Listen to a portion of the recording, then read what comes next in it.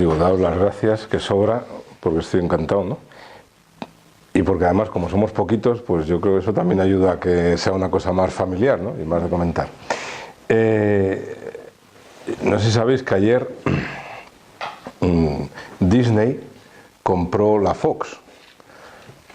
Disney compró la Fox por, yo no sé si alguna de vosotras lo ganáis al mes, 71.300 millones de dólares. Yo eso en ceros, en pesetas, porque todavía me manejo en pesetas, no sé cuánto, pero debe ser una barbaridad, ¿no? Bueno, pues yo estoy ahí con mi película, enfadado con Disney, con la Fox y con el mundo mundial, y me acordé de cómo empezar a hablar de la cultura del descarte. Y me acordé de Disney, la infancia, tal, esta barbaridad de recursos que tienen algunos, ¿no? Porque evidentemente recursos hay, por eso se pueden comprar y se pueden hacer estas operaciones, aunque no haya dinero líquido, ¿no? Tampoco vamos a ser ingenuos. Y me acordé del cuento de Caperucita Roja. Y dije, bueno, pues como tampoco sabía muy bien, le pregunté a Diego, pero no me aclaró mucho, quiénes íbamos a estar aquí. Digo, bueno, pero yo creo que el cuento de Caperucita Roja pues es archiconocido y nos puede dar una entrada a hablar de algo que, bueno, pues que yo miro la realidad con esperanza. A veces no sé si me sale muy de dentro o me empeño en tenerla, tal y como está el patio. Pero bueno, sí que me parece que hablar de esta cultura, del descarte, que hablar de los últimos, bueno, pues al final también es hablar o contemplar a las víctimas, ¿no? Y eso como que siempre nos produce o nos debe producir un desgarro, ¿no? Y si no nos produce un desgarro, nos lo tenemos que hacer mirar, ¿no? Comienza el cuento de Caperucita, que seguro que lo conocéis todas, pero que a lo mejor hace un montón de años que no lo habéis leído ni os lo han leído. Había una vez una dulce niña que quería mucho a su madre y a su abuela. Les ayudaban todo lo que podía y como era tan buena, el día de su cumpleaños su abuela le regaló una caperuza roja. Como le gustaba tanto, iba con ella a todas partes, pronto todos empezaron a llamarla Caperucita Roja. Un día la abuela de Caperucita, que vivía en el bosque, enfermó y la madre de Caperucita le pidió que le llevara una cesta con una torta y un tarro de mantequilla. Caperucita aceptó encantada. La mamá le dijo: «Ten cuidado, Caperucita, y no te entretengas en el bosque». «Sí, mamá», contestó Caperucita. La niña caminaba tranquilamente por el bosque cuando el lobo la vio y se acercó a ella. «¿Dónde vas, Caperucita?» «A casa de mi abuelita a llevarle esta cesta con una torta y mantequilla». «Yo también quería ir a verla, así que, ¿por qué no hacemos una carrera? Tú ve por ese camino de aquí, que yo iré por este otro». «Ah, vale». El lobo mandó a Caperucita por el camino más largo y llegó antes que ella a casa de la abuelita. De modo que se hizo pasar por la pequeña y llamó a la puerta. Aunque lo que no sabía es que un cazador por el bosque lo había visto llegar. «¿Quién es?», contestó la abuelita. «Soy yo, Caperucita», dijo el lobo. «Qué bien, hija mía, pasa, pasa». El lobo entró, se abalanzó sobre la abuelita y se la comió de un bocado. Se puso su camisón y se metió en la cama a esperar que llegara Caperucita. La pequeña se entretuvo en el bosque cogiendo avellanas y flores y por eso tardó en llegar un poco más. Al llegar tocó a la puerta. «¿Quién es?», contestó el lobo tratando de afinar su voz. «Soy yo, Caperucita. Te traigo una torta y un tarrito de mantequilla». «Qué bien, hija mía, pasa, pasa». Cuando Caperucita entró, encontró diferente a la abuelita, aunque no supo adivinar muy bien por qué. «Abuelita», le dijo Caperucita, «¿qué ojos más grandes tienes?». «Sí, son para verte mejor, hija mía». «Abuelita, ¿qué orejas tan grandes tienes?». «Claro, son para oírte mejor». «Pero, abuelita, ¿qué dientes más grandes tienes?». «Son para comerte mejor». En cuanto dijo esto, el lobo se lanzó sobre Caperucita y se la comió también. El estómago del lobo estaba tan lleno que el lobo se quedó dormido. En ese momento, el cazador que lo había visto entrar en la casa de la abuelita comenzó a preocuparse. Había pasado mucho rato y tratándose de un lobo, Dios sabía qué podía haber pasado. De modo que entró dentro de la casa. Cuando llegó allí vio al lobo con la panza hinchada, se imaginó lo ocurrido. Así que el cazador cogió su cuchillo y abrió la tripa del animal para sacar a Caperucita y su abuelita. «Hay que darle un buen castigo a este lobo», pensó el cazador. de modo que el cazador le llenó la tripa de piedras y se la volvió a coser. Cuando el lobo se despertó de su siesta, tenía mucha sed y al acercarse al río, ¡zas!, se cayó dentro y se ahogó. Estamos leyendo el cuento Caperucita Roja, que te preguntarás, pues qué tío más extraño. Bueno, ¿por qué, o qué me parece a mí, este cuento, como otros, podíamos haber leído como introducción de esto de la cultura del descarte? Pues porque me parece que estamos en un momento, en un mundo, o al menos yo lo vivo así desde mi realidad, ¿no? Y mi realidad es una ventanuca pequeña en un barrio determinado, pues otra vez un barrio con mucho conflicto. Ya habéis visto el lío que tenemos allí en El Pozo, ¿no? Los asesinatos, Vallecas, con muchísimas personas migrantes. Hoy los alumnos del cole han podido presenciarlo. Y por un lado la ventanilla de la parroquia y por otro lado pues la ventanilla de llevar, desde que soy cura, 27 años compartiendo la vida en casa pues con diferentes realidades. Cuando empecé en los años 90 pues eran sobre todo chicos de la calle, donde además de muchos problemas pues había un hándicap grande, que era la realidad de la droga. Muchos, o el 99% de los chicos que pasaron por casa tenían muchos problemas y además estaban o habían estado enganchados a las drogas. Y con el tiempo, bueno, pues a hoy, donde, como dice un chico de casa, pues la casa está muy oscura porque son todos africanos, ¿no? Digo, pues la realidad de la migración, ¿no? Del norte y de Centroáfrica, pero todos africanos. Bueno, pues entonces mi ventana, desde la que yo, como ese observatorio desde el que puedo o tengo la oportunidad de ver la realidad, pues me sigue hablando del cuento de Caperucita. Muchas personas víctimas de la opulencia, de la falta de empatía, del consumismo, que acaban consumiendo pues a otras personas generalmente o mayormente vulnerables, ¿no? El lobo del cuento se come a los dos más vulnerables que aparecen. Hay 5 personajes, ¿no? Pues se come a la abuelita, no se come al cazador ni se come a la madre, y se come a Caperucita, ¿no? Como los más vulnerables.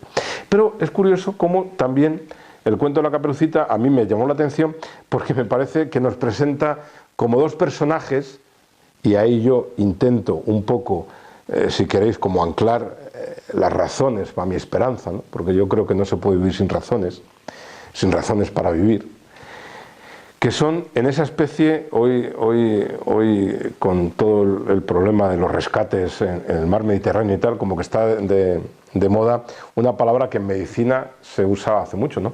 Que son esas dos figuras que son rescatadoras, ¿no? La mamá que le advierte a la niña, ¿no? Un rescate preventivo, no te entretengas, ¿no? Ten cuidado. Y el otro, un rescate, si queréis, postraumático, podríamos decir, que sería pues el cazador. Ya ha ocurrido el desastre, pero como que hay dos figuras que rescatan un poco a las dos más vulnerables, a la abuelita y a Caperucita. Y queda pues ese personaje que al final lo que la historia de Caperucita, como yo creo, ¿no? que la historia nos vuelve a demostrar, es que en la medida en que vayamos afianzando esa cultura del descarte, que no es un concepto solo teórico, ¿no? Sino que conlleva pues un montón de víctimas, en la medida en que cada uno que se mire al espejo o en el confesionario o donde pueda, ¿no? Que se lo haga mirar o que nos lo hagamos mirar, en la medida en que vayamos colaborando en afianzar esa cultura del descarte, en esa misma medida estaríamos participando de ese llenarnos de piedras que en un momento dado pueden provocar lo que le ocurre al lobo del cuento de Caperucita, que es ahogarnos, ¿no? Bueno, pues este sería un poco el marco y de qué os puedo hablar yo, ¿no? O qué os puedo comentar desde nuestra experiencia. Van a ser así pinceladas, ¿no? Porque, bueno, pues porque a mí me ayuda a transmitir lo que vivimos y porque creo que puede ser más entretenido para luego establecer un poco de diálogo, ¿no? Y lo primero es la preocupación por la fragilidad, ¿no? Frente a una sociedad que aparenta ser muy segura, frente a una sociedad que aparenta tener todo muy organizado, frente a una sociedad, les decía esta mañana a los chicos, ¿no?, del cole, cuando les hemos saludado, ¿no?, frente a una sociedad democrática, un estado de bienestar, ¿no?, que parece como que, al menos en teoría, todas las piezas del puzzle están, ¿no?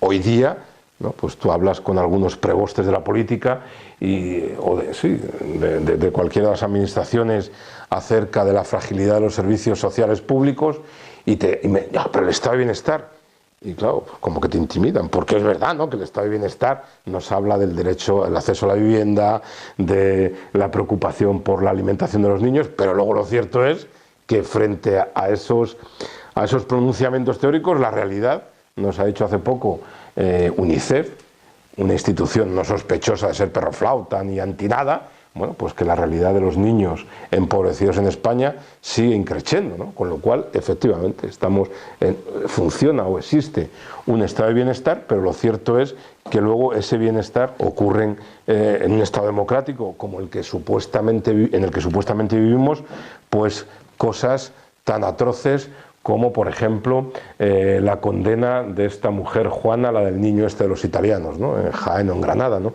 Y uno dice, el Estado es democrático ya, pero qué barbaridad. No vamos a entrar en otros, pero digo, si los procés, si los sin procés, si pues todo el problema y el conflicto, no por Franco aquí o Franco allá, ¿no?, sino que revela de cómo aquellas supuestas heridas pues no se han cerrado, porque el conflicto está ahí. Yo no sé por culpa de qué, pero lo cierto es que la realidad nos sigue hablando de una sociedad o un Estado en donde, más allá del pronunciamiento democrático, ocurren cosas, pues los desahucios, ¿no? Y la Constitución consagra el derecho a la vivienda. Quiero decir, entonces, claro, pues si nos quedamos tranquilos remitiéndonos a lo que dice la Constitución, pues es que sigue habiendo gente que se la deja desamparada en la calle, ¿no? Quiero decir que a mí me parece que hoy hablar de la cultura del descarte tiene que ser volver a eso que el Papa en el Parlamento Europeo, el Papa Francisco, volvió a decir y a recordarnos, ¿no? Tenemos que preocuparnos de la fragilidad, ¿no?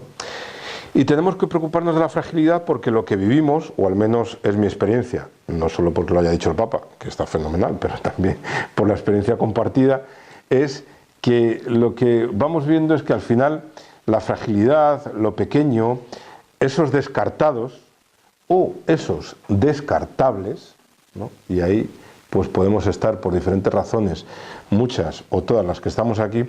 Sin embargo, yo creo que hablar de la fragilidad hoy, que sería una palabra, diríamos, con referencia negativa, porque lo frágil no es bueno. Otra cosa es la interpretación que teológica o espiritual hagamos. Pero una rama frágil, pues no es una buena rama para subirse a otear el horizonte, ¿no? Y una construcción frágil, pues hombre, no da mucha seguridad para hacer una reunión, ¿no? Frente a esa expresión, la fragilidad que utiliza el Papa, que hay que preocuparse de la fragilidad, yo creo que nosotras inmediatamente, y la experiencia nos habla, o al menos a mí me habla, ¿no?, desde esas dos ventanucas que os hablaba, la parroquia y mi vida compartida con chicos en casa, nos habla de otras realidades mucho más en positivo, ¿no? La fuerza de mucha gente, pues que es capaz, por las razones que sea, de dejar a sus niños en Perú, como unas mujeres que vinieron esta mañana, poner la casa patas arriba y vinieron a Italia, las engañan y vienen a España, ¿no? Y dices, bueno, pues lo harán mejor o regular, pero joder, qué fuerza, ¿no?, tiene la gente para, bueno, pues para poner patas arriba en busca de una vida digna para sí y para los suyos, de poner patas arriba su vida para vivir dignamente, ¿no? Qué motor de fuerza, ¿no? La ternura, ¿no? Nosotros ahí en San Carlos decimos, y nos lo enseñaron una comunidad de aragoneses que vinieron, que había y que tenemos que practicar mucho la teología del achuchón, decían ellos. Y a mí me parece una cosa no solo bonita, sino muy sintomática de lo que yo creo que tiene que ser una experiencia fundamental, creo que de las más fundamentales de los hombres y mujeres creyentes, ¿no? La ternura. Y la ternura como elemento transversal en todas nuestras relaciones, y la ternura también como forma, o sea, como medio de acercarnos a las personas, pues eso, a las personas descartadas, ¿no? A veces yo digo, bueno, digo, porque lo he vivido, ¿no?, que tengo la sensación de que hay mucha gente, muchas instituciones y muchas realidades que hacen muchas cosas por los pobres. Pero yo creo que muchas veces, con todos mis respetos, y por eso no voy a nombrar a nadie, y a ninguna de momento, pero muchas veces se hacen muchas cosas por los pobres sin tener en cuenta dos cosas que a mí me parece que son fundamentales. Una, a los mismos pobres, ¿no? Hacemos yo creo que era Robespierre, ¿no?, todo por el pueblo, sin el pueblo, ¿no?, o quien fuese. Hacemos muchas cosas por los pobres sin contar con ellos, les damos un montón de servicios, les organizamos la vida. Una es sin contar con ellos y otra es minusvalorándolos, ¿no?, como si los pobres fuesen esas personas, pero a mí el término persona aquí no me gusta, sería más como esos sujetos que tienen algún tipo de deficiencia, ¿no?, y que hemos decidido muchas veces que las personas empobrecidas pues son analfabetas afectivas, ¿no? Estas semanas que sabéis que, bueno, si no sabéis os lo cuento, ¿no?, que en noviembre pasaron por la parroquia 109 personas, durmieron allí en 3 meses porque no había recursos en el Estado, ¿no?, que es quien tiene la responsabilidad, y tampoco en el Ayuntamiento de Madrid, de la acogida de personas que venían solicitando refugio, ¿no?, lo que era el asilo, que se llamó hoy la protección internacional, ¿no? Bueno, pues ahora que ya les han ido dando plazas en diferentes lugares de todo el Estado español, anteayer, para no ir más lejos, ¿no?, una familia que va a un proyecto en Sigüenza, una ciudad pequeñita, además de bonita y fría del carajo, pero bonita, a un proyecto. Entonces, una pareja que tiene un niño y una niña. La niña tiene 11 años y el niño tiene 8. Ellos tienen unos 30 años. Digo esto porque para lo que os voy a contar me parece importante, ¿no? Están bien, digo, pues no tan rellenitos como yo, pero viven, ¿no?, y están aseados y han comido, ¿no? Por lo menos la niña de 11 años estaba, vamos, que... Bueno, pues lo primero que les hacen cuando les dejamos allí, estábamos presentes, no me lo han contado, es que hablen con un integrador social porque les va a acompañar al supermercado para enseñarles a hacer la compra. Hombre, uno ya va peinando cada vez más canas y no sé si es bueno o malo, pero bueno, pues yo antes era más salvaje y hubiese vomitado algo, pero bueno, me callé, ¿no? Pero otra cosa es que tú digas, mira, te vamos a acompañar a enseñarte el supermercado, ¿no? Pero yo me viví fatal enseñar a esta familia, a esta pareja, a comprar.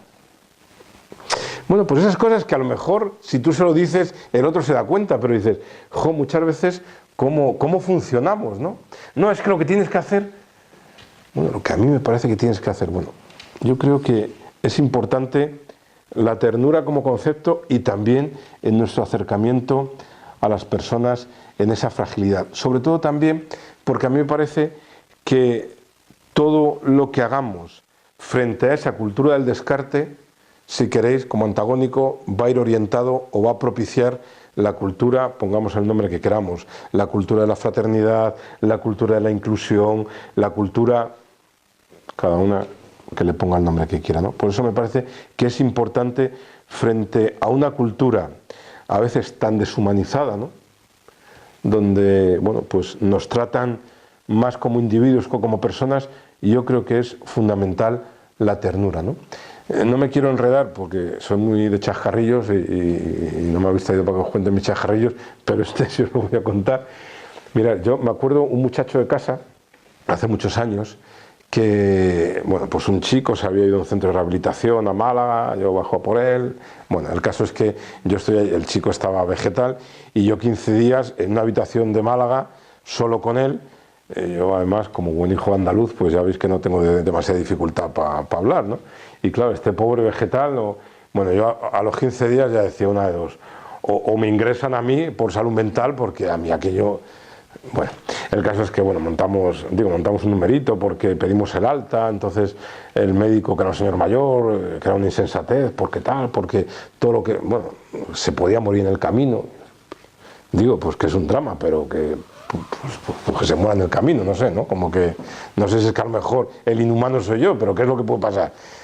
Que yo me vuelva loco o traernos a Valentín a Madrid y que Valentín Pues bueno, el caso es que después de unas vicisitudes enormes que no vienen a cuento por los trámites burocráticos, la ambulancia que era muy cara, yo no tenía dinero, bueno, nos traemos a Valentín porque siempre hay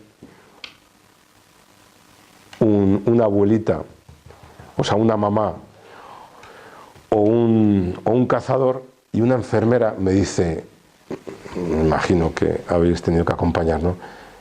Tú eres miedoso y tal, y bueno, yo soy muy miedoso para muchas cosas, pero la verdad es que lo de la enfermedad y tal, si es de otros, no me da demasiado miedo. Las mías ya veremos cuando lleguen, ¿no?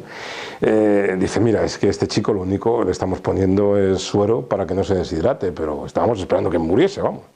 Dice, entonces ahora la verdad es que la medicina es una maravilla, ¿no? Es más de fontanería que de, mira, pues la vía la lleve puesta, pues si en el viaje se le acaba un suero, pues eso, cierras una llave y le pones la otra. Digo, era así de, digo, pues esa rescatadora que a mí, pues claro, yo decía, joder, yo qué sé, y claro, para mí era un problema, porque yo, hombre, lo de pinchar y tal, como que sí que me parecía ya una cosa más seria, ¿no? Pero, bueno, nos venimos y entonces, en aquella época, compartíamos la casa con los chicos, una compañera y yo, Pilar y yo, y entonces yo llego de viaje, vamos a casa, porque en el Gregorio Marañón, como habíamos pedido el alta en otro hospital público, no lo reciben. Entonces, pues ya está, pues que se venga a casa y lo que dure, pues lo vivimos en casa. Como, por otro lado, yo había vivido toda la vida en el pueblo con mis abuelos, ¿no? Pues la gente, digo, que no sé si es mejor o regular, pero bueno, la gente moría en casa y la humanidad nos ha quebrado, digo, que no debe pasar grandes dramas, ¿no? Bueno, pues se viene a casa, entonces esa primera noche, que es a lo que voy, de la ternura, queda Pilar, pues... El médico, porque hay que tener rescatadores de estos amigos hasta el infierno. Viene un amigo médico, claro, porque eso sí que era un problema si moría en casa y no lo certificaba un médico, o no teníamos un médico para certificarlo. Vino y nos recuerda y nos dice, de todas maneras, tener cuidado con lo que habláis al lado de Valentín, porque lo último que se pierde es el oído. Lo digo por lo que voy a contar luego, por la ternura.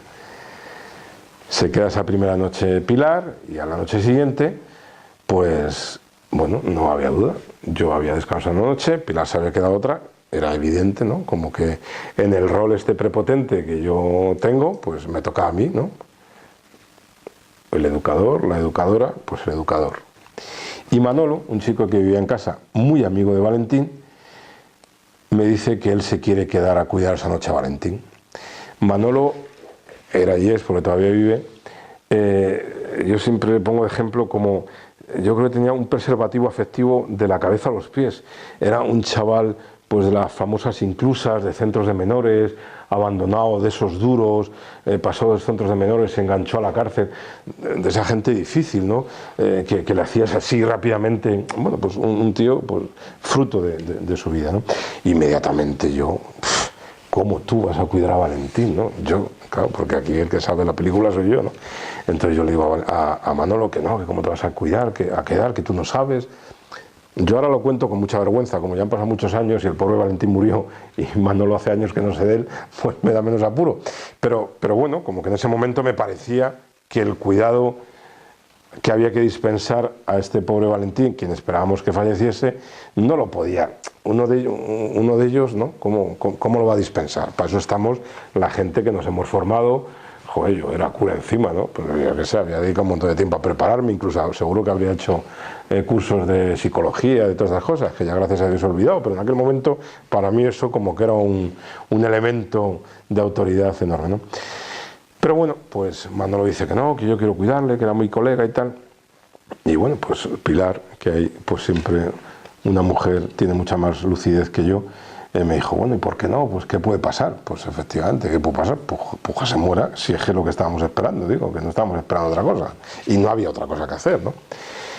Pues nada, ya Manolo se va a quedar y de repente Manolo nos plantea un problema, y es que él era, que él era muy frío, efectivamente, o sea, es que no era...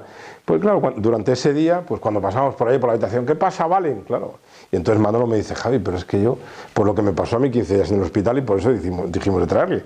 Decía, claro, pero si ya me cuesta hablar, el pobre lo reconocía, si ya me cuesta hablar, encima que no me contesten, como que era un poco... Pues yo qué sé, chico. Ah, bueno, pues pongo, como tenéis aquí todas imágenes de futbolistas, pongo el larguero, lo de la cadena SER, que sabéis que, pero claro, el larguero empieza a las 11 pero acaba a la 1, que no dura toda la noche. Pues ponte la radio y tal. Nada, nos vamos a dormir, esté ahí, porque su colega Valentín también era muy aficionado al fútbol, como él y tal. Y pues nada, a la 1:45 de la mañana, pues en la puerta de la habitación, pues ya está, que ya...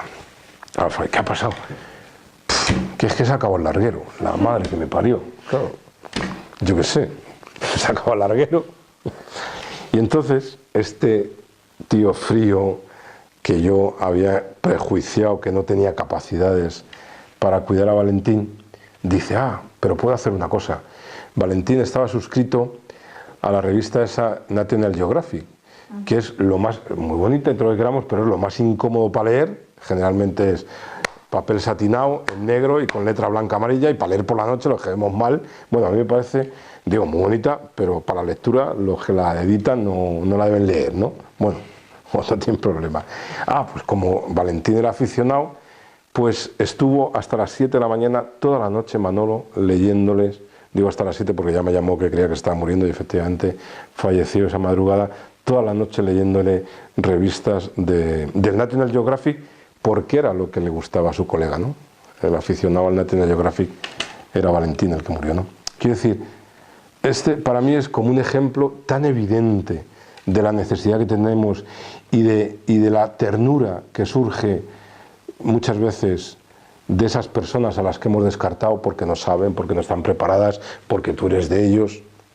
Yo creo que es importante que la preocupación por la fragilidad conlleva contemplar no solo la fuerza que tenemos, sino también la ternura, ¿no? La lucha, ¿no? Y la fecundidad. A mí me parece que si algo tenemos que hacer, o si de alguna manera podemos luchar o podemos crear una cultura del no descarte, precisamente es intentando que nuestras relaciones, que nuestras intervenciones, que lo que hagamos sea fecundo, ¿no? A mí me parece, podéis pensar con razón, pero pongo la tirita antes de la herida.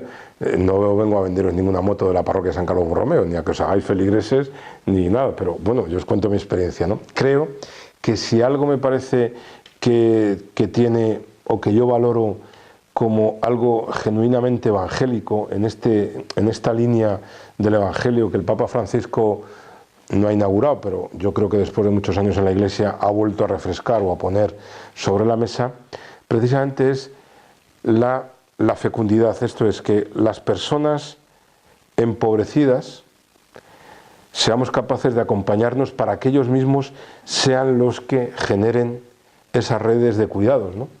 Por ejemplo, ¿no? Ahí en San Carlos, a mí una de las cosas que me emocionan es que tuvimos que hacer ropero. Digo, lo vi esta mañana, ¿no? Pues porque no éramos muy de roperos y esas cosas, pero al final la gente pues necesita ropa. Y bueno, pues quien hoy lleva y atiende el ropero son mujeres que en un momento dado vinieron buscando ropa, ¿no?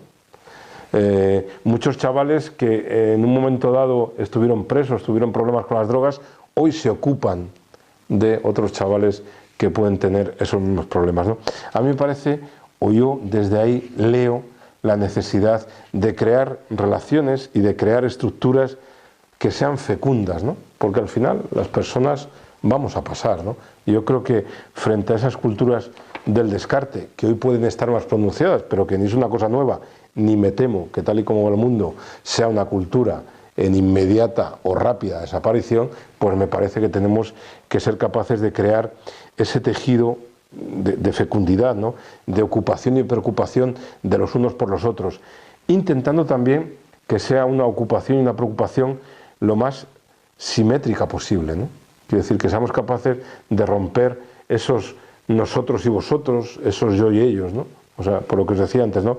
Porque si algo hemos experimentado y vivimos día a día, precisamente es esa fuerza, esa valía, esa genialidad que el mundo de los empobrecidos, que el mundo de las personas que habitan los caminos de la exclusión también tiene, ¿no? Y yo creo que eso no solo es un valor a rescatar por su dignidad, sino que además también seamos sensatos, ¿no? Porque es empeñar a más gente frente a esta cultura del descarte, ¿no?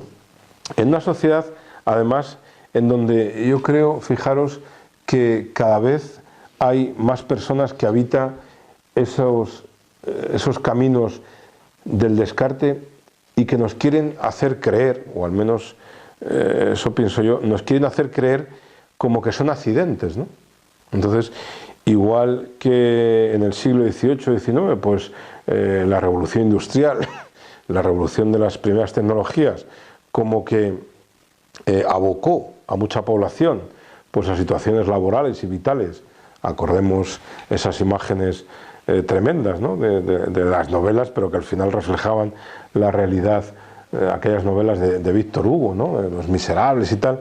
Bueno, pues hoy yo tengo la sensación de que estamos un poco en esa misma dinámica, ¿no? Que hay formas de esclavitud que son accidentes, ¿no? Y eso no es verdad. Y yo creo que hay unas dinámicas y además muy sistematizadas de seguir creando víctimas, ¿no? De seguir creando empobrecimiento, ¿no? ¿Por qué sale la gente de sus países? Quiero decir, que los chavales que ponen, pues como esta mañana han tenido la oportunidad, los muchachos del cole, de escuchar, ¿no? O sea, un chaval con 12 años de Guinea que pone sus 12 añitos de vida en juego, ¿es solo por esa aventura de los 12 años? Bueno, pues en un inicio yo no digo que no, pero desde luego inmediatamente te vuelves, ¿no? Digo, algunos a lo mejor hemos podido ser más valientes o más insensatos a la hora de decir, pues no, te enfadabas con tu madre porque las pobres siempre las que lo pagan. ¡Ah, pues me voy de casa! Bueno, pues te ibas, pero con un pie lo dejabas dentro, ¿no? Que no cerres la puerta. Bueno, pues cuando uno es capaz de poner en jaque toda su existencia, claro, y entonces miras la realidad de África, ¿no? El empobrecimiento de África, ¿no? La explotación de los recursos naturales de África, ¿no? Cómo Asia, pero sobre todo cómo China ha invadido África, ¿no? Y vas a cualquier país, de los pocos que yo conozco, en cualquier país de África, las grandes obras que en teoría se podrían hacer, podrían tener un sentido, o eso nos dicen, para que los vecinos, ¿no? Y los lugareños, ¿no? Todos los chinos traen la mano de obra barata, ¿no? A mí me parece que la cultura del descarte nos habla también mucho de eso, ¿no? De que el descarte no es un accidente. El descarte es una sistematización de que siga habiendo víctimas, ¿no? Y la mejor manera, o una manera fundamental a la hora de seguir echando leña a esta hoguera del descarte, pues precisamente es la conceptualización del otro como inservible, ¿no? O del otro como diferente vitalmente a mí, ¿no? O como del otro sin derechos, ¿no? Cuando tú al otro le vas despersonalizando, acabas tratándole como un cacharro. Quiero decir, pues le tendré más cariño o menos, estaré más apegado a él o no, será mejor o regular, pero bueno, pues no deja de ser un artilugio que el día que me falle, pues imagino que irá a la basura. Digo, lo descartaré sin ningún problema, ¿no? Porque las cosas, cuando no nos valen, se descartan. Claro, pero el haber trasladado esas dinámicas a las personas, a mí me parece que todo eso, lo único que nos puede llevar, perder tiempo en eso, como decía, como le pasa a Caperucita, es a la catástrofe, ¿no? Y a la catástrofe de acabar abocando no a que haya personas despersonalizadas, sino que al final nosotros, que nos creemos personas, acabemos creando dinámicas que despersonalizan al otro. Porque, no sé cómo lo veis, pero yo estoy convencido que, y bueno, y ahí está previa a nosotras la sabiduría del Evangelio, ¿no? La medida que uséis la usarán con vosotros. En la medida en que yo despersonalice, ese boomerang se me va a volver contra mí. Digo, con lo cual, este no reconocimiento del otro como persona, ¿no? Como entidad en sí mismo, es una barbaridad, pero la digo para que hagamos una cuenta, no solo por la dignidad que tiene el otro, que ya es, para mí, absolutamente sagrada, sino también en un sentido, si queréis, más pragmático, porque lo que la historia de la humanidad nos demuestra es que cuando yo despersonalizo al otro, la despersonalización acabo horadando mi propio ser, ¿no? Por eso me parece que es importante en el mundo del descarte luchar contra todo aquello que sea la pobreza, ¿no? Y os he dicho porque me he acordado del cuento de Caperucita Roja, ¿no? Claro, pero cuando nos hablan, ¿no?, nos dicen que no hay, ¿no? Como que es el leitmotiv de estos últimos años, ¿no? Desde los albores de la crisis económica española, acordaros, ¿no?, el año 2007, 2009, ¿no?, hemos vivido por encima de nuestras posibilidades, y claro, nos lo decía gente que les sobraban posibilidades, y se lo decía gente que no tenía posibilidades, ni de vivir por encima, ni paralelo, ¿no? Bueno, a hoy, ¿no?, en donde hoy nos siguen, pues desde el Banco Mundial, ¿no?, que advierte que es una barbaridad la situación de las pensiones en España, como a toda esta diatriba que ha habido estos meses pasados, ¿no?, porque algunos decían que era la hecatombe económica española el subir el salario mínimo. Subir el salario mínimo me parece que a cerca de 750, ¿no?, 800 no llegaba. Claro, si una familia hoy, digo una familia, vamos a poner de una pareja, si en Madrid puede vivir con 800 euros, digo, ¿no?, entonces nos siguen calentando la cabeza con ese marchamo de que no hay posibilidad, ¿no?, de que no hay recursos suficientes. Y yo creo que, excepto en la naturaleza, hay recursos más que suficientes. O sea, el problema no es, a mi parecer, un problema de pobreza, de que no haya recursos. El problema es de acumulación, como os dijo, que la he oído yo para que veáis que me he escuchado los vídeos, que os dijo Yayo Herrera, ¿no?, que es un problema de acumulación, ¿no? O sea, que luchar contra la pobreza hoy, dice ella, es luchar contra la acumulación de riqueza. Por eso, y vuelvo a recordaros el enfado que me pillé ayer, ¿no?, 71.300 millones de euros comprar, digo, la Disney a Fox, ¿no? Que dices, yo no sé, ¿no? O sea, que es que yo no sé cuánto es eso. A mí me parece una barbaridad, ¿no? O sea, que es igual que aquel artículo precioso, como todo lo que escribe, cuando el Mundial que ganó España, que escribió John Sobrino, un hombre aficionado al fútbol, que escribió un artículo donde un poco lo que venía a decir es que el pecado grave de nuestra sociedad es que haya partidos donde 11 encalzonados acumulen más riqueza que muchos productos interiores brutos de riqueza, sino que es de acumulación. El problema de la pobreza hoy es de una malísima distribución, ¿no? Y ahí tenemos las cifras, quiero decir, ¿no? O sea, el que, por un lado, dicen que la economía se vuelve a medio recuperar, pero que las cifras de pobreza infantil no solo no se hayan medio recuperado, sino que hayan descendido o hayan aumentado las cifras de pobreza, claro, es una o sea, es un diálogo absolutamente asonante, ¿no? ¿Qué está ocurriendo, no? Entonces, no sé, ¿no?, que haya que las imágenes que la imagen de esta cultura que descarta tanta gente, ¿no?, sea, y soy ya veis que no tengo pinta de deportista y no lo soy, pero soy aficionado al Real Madrid y me gusta Ronaldo, claro, pero me parece que la imagen del ciudadano ejemplar, porque ayer ha venido a Madrid a inaugurar unas clínicas de estos que implantan pelo, ¿no?, esto, ¿cómo se llama?, capilar, cosas de estas, ¿no?, y que el tío salga diciendo, vengo a España a colaborar en su riqueza.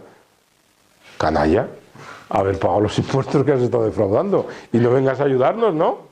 Claro, si no necesitamos ayuda, necesitamos que pagues lo que defraudaste y lo que, como buenos ricos, negociaste con la Fiscalía por una suculenta multa, pero que a ti te supuso nada. Quiero decir, que a mí hoy me ponga tráfico en la M30 una multa de 200 euros, me desestabiliza este mes y unos cuantos para adelante, pero que a este señor Hacienda, no sé si le puso, ¿no?, había defraudado 14, pues no sé si 14 millones de euros de multa, pues es que es pan comido, ¿no? Quiero decir, pero estamos en una sociedad, pues eso, ¿no?, donde parece que, bueno, pues parece que los nuevos ídolos, los nuevos referentes sociales, pues son personajes como este señor, que cuando fue a que no le condenasen porque tenía dinero para pagar una multa, porque era una condena penal. Recordad que estaba la Audiencia Provincial de Madrid, que había overbooking llena de personas para que les firmase autógrafos. Claro, yo entiendo que la cabeza la tienes que tener muy bien amueblada, con 27, 28 añitos que tenga este personaje, y no creértelo. ¿No? Coño, les he defraudado y vienen a que les firme autógrafos. Bueno, yo creo que todo eso redunda y colabora en esta cultura del descarte, que es una cultura también, fijaros, de gran división, ¿no? De gran fragmentación. Y yo no sé, tengo mi idea política particular, pero yo no sé si el proceso tiene sentido o no. Y yo no sé si tenemos que ser, no sé, o no me preocupa, o no me importa si Cataluña tiene que seguir formando parte de España o no, del Estado me refiero. Pero lo que, en este ejemplo que os pongo, ¿no?, lo que me da mucho miedo y me crea muchísima inquietud es la tranquilidad con la que vivimos la fragmentación y la división. Digo, de un Estado, que imagino que pueden organizarse otras formas del Estado, pero sobre todo también un poco esas fragmentaciones que nos llevan precisamente no solo al no reconocimiento del otro, ¿no?, sino al denostar al otro, ¿no? Pues eso, y eso pues es la creación de fronteras, ¿no? Ahora hablábamos esta mañana Ismael, que estuvo, un chico marroquí que vive en casa, que es de Castillejos, el pueblo frontera con Ceuta, Ceuta español y Castillejos marroquí. E Ismael cuenta como hasta hace 10 años, hasta el inicio del gobierno de Zapatero, claro, para él no había frontera en Ceuta, porque no había fronteras. O sea que lo de las concertinas y las vallas es un invento nuevo. Digo, todos recordamos a Zapatero, ¿no? Digo, en el sentido temporal, ¿no? Claro, pues al final una sociedad que descarta es la sociedad que necesita también dividirnos, ¿no?, y fragmentarnos para que nos peleemos entre nosotros, ¿no? Yo cada vez creo más que el poder económico, el poder político, a veces también incluso el poder religioso, nos está ganando la partida en que nos enfrentamos, o las guerras son entre pobres, ¿no? Entonces, claro, yo me acuerdo cuando, aquí con la compañera Denia que acaba de llegar de Honduras, ¿no?, cuando veíamos imágenes de cómo habían tratado, ¿no?, pues yo no sé si a gente de la caravana, ¿no?, de Honduras, cuando había cruzado, no sé si a México o algún país antes, ¿no?, y veías allí, bueno, digo, que no es que no tengan derecho a estar ofuscados y a no querer migrantes, pero que no eran el aspecto no era de los terratenientes de esos países. Quiero decir, pues sería otra gente que, si no en esa caravana, muy fácilmente en otras caravanas, o estaba viviendo en condiciones igual que los que estaban en las caravanas, ¿no? Esas guerras de los pobres contra los pobres. Yo creo que la cultura del descarte necesita también eso, la construcción de muros, ¿no? A mí me gustaría hablar poder llegar a políticos, ¿no?, y decir, ¿cuánto nos estamos gastando por un sentido, fijaros, absolutamente materialista, ni siquiera humanitario? ¿Cuánto nos estamos gastando en construir muros que nos pudiéramos gastar ni siquiera en facilitar que vengan, sino al menos en una intervención pues de ayuda al desarrollo honesta, real, que no pase necesariamente por dar dinero a países que todos reconocemos que son corruptos, pero se les siguen dando dinero, ¿no? Digo, que no solo es la razón, pero me parece que, ¿no?, quiero decir, entonces ahora nos venden, por eso decía, el engaño del lobo en la cama del abuelo una vez que se la ha trincado, ¿no? Entonces, nos vende el ministro de Interior, no, vamos a quitar las concertinas. Es mentira. Lo que han hecho no han quitado las concertinas, lo que han hecho es que le han cedido terreno a Marruecos para que Marruecos retranque las concertinas en su país. Entonces, claro, efectivamente, físicamente no están en España. Ya, hombre, pero es que no somos tontos, ¿no? Claro, pero al final nos cuentan eso, una película del lobo en la cama después de haberse tragado a la abuela, ¿no? La cultura del descarte es la cultura del aislamiento, ¿no?, de esos purismos, ¿no? A mí me sorprende ahora que estamos, ¿no?, en época, bueno, cada vez esto se alarga más, ¿no?, porque ahora estamos en época preelectoral, porque todavía ni es época electoral, ni por tiempos tendríamos que estar en la campaña preelectoral, pues ya, ¿no? Todo el día, ¿no? Como esa gente que habla y tiene absolutamente claro todo, ¿no? Respecto a qué hay que hacer, ¿no? Pues, qué hay que hacer con los migrantes, qué hay que hacer con las mujeres, qué hay que hacer con las madres. Bueno, ayer uno nos sorprendía, tiene claro también, ¿no? Lo que hay que hacer con las armas, ¿no? La barbaridad de un político de Vox, ¿no? Que dice que hay que dar armas, eso sí, a los ciudadanos de bien. Y yo inmediatamente dije, ¿y dónde se expide ese certificado? Porque, ¿no? Uno sabe dónde está el certificado de antecedentes penales, el certificado de defunción, pero el certificado de ser ciudadano de bien para que te den armas, no sé, no, a mí me parece que el momento, digo, yo lo cuento así un poco de risa, pero a mí me parece que estamos viendo una situación que puede traer un futuro, bueno, pues complejo, difícil, delicado, ¿no? Y que en ese terreno resbaladizo nos vamos moviendo, ¿no? La cultura del descarte, que además es una cultura hipercontroladora, ¿no?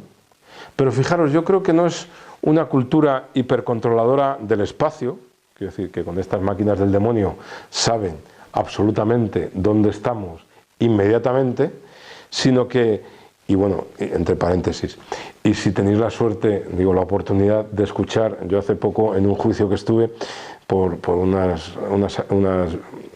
amenazas que había habido en un móvil de un chaval a otro y tal, el peritaje de la Guardia Civil, es alucinante lo que saben de nosotros a través del maldito móvil, digo. O sea que, bueno, eso todos lo sabemos, pero cuando nos lo explica un perito de cómo entran, ¿no? Y de cómo ven y cómo siguieron el rastro de este chico donde estaba y cómo, aunque había reseteado el móvil, yo no sé deciros, ¿no?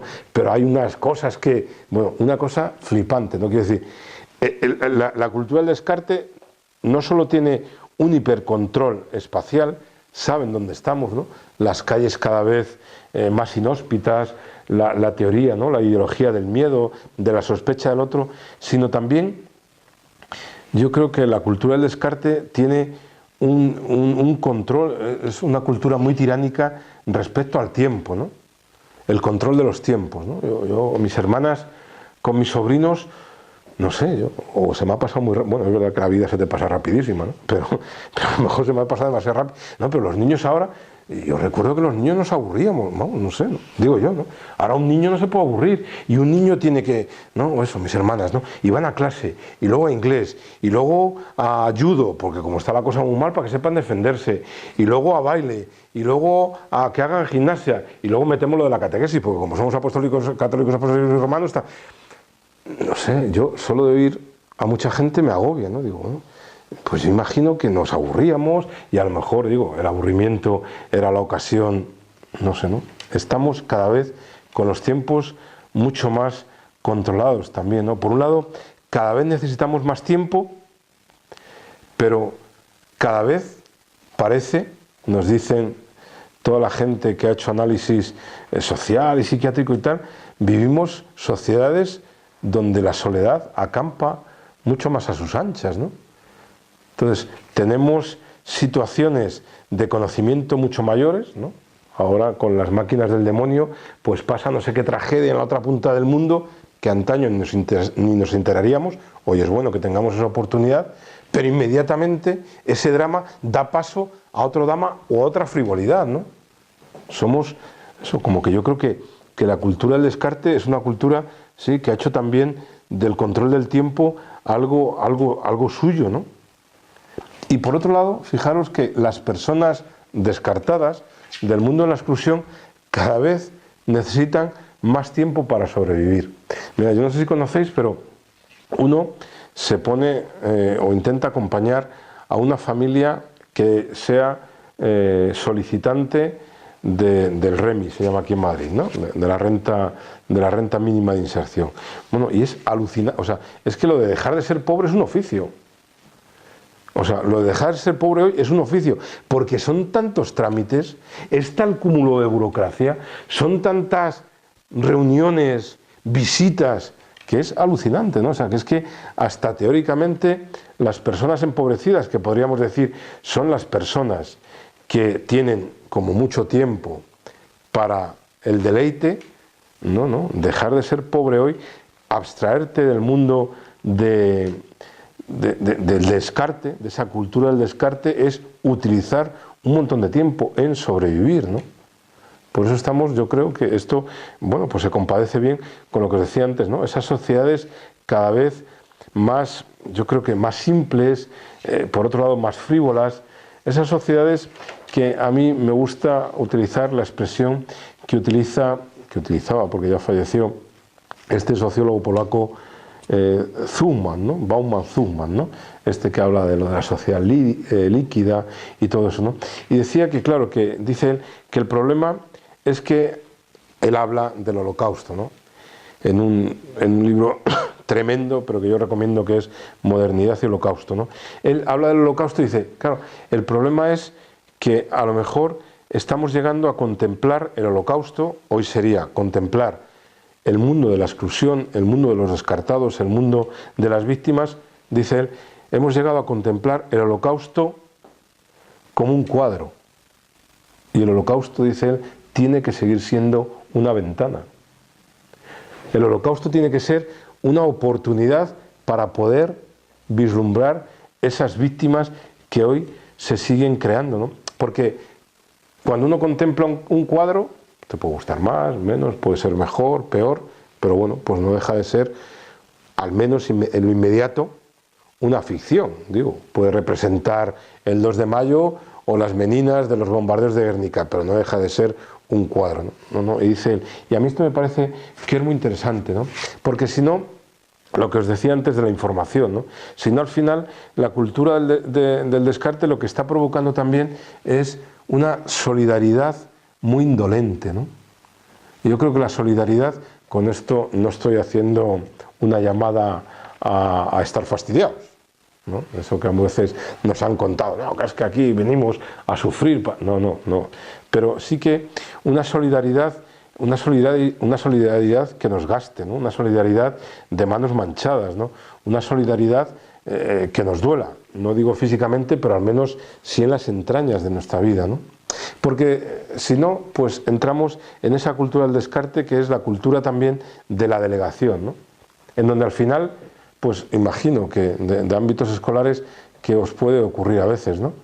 Como que, pues eso, un niño está desbordado en casa, entonces los papás, porque tampoco hay mucho tiempo libre para poder dedicarte a jugar con tus hijos, bueno, pues al final acabas delegando en el colegio, porque como también pasa mucho tiempo, ¿no? Pues ya en el colegio, pero claro, lógicamente los colegios estáis desbordados de niños, de actividades, de burocracias, al final pues acabamos delegando las trabajadoras sociales, pero bueno, las trabajadoras sociales de los colegios, pues muchas veces, y claro, pues al final las trabajadoras sociales también acaban delegando los agentes tutores.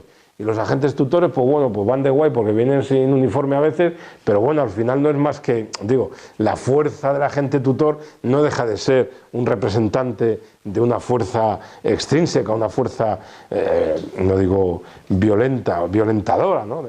Bueno, al final yo creo que la cultura del descarte también nos habla precisamente de eso, ¿no? De la continua delegación, de la dificultad que tenemos los ciudadanos y las ciudadanas de asumir nuestras responsabilidades. A mí, últimamente así, bueno, murió mi padre hace poco y he estado mucho rato en el hospital, y a mi madre la han operado estos días, ¿no? Quiero decir que estoy últimamente otra vez en mucho contacto con el aparato sanitario que se está encargando, ¿no?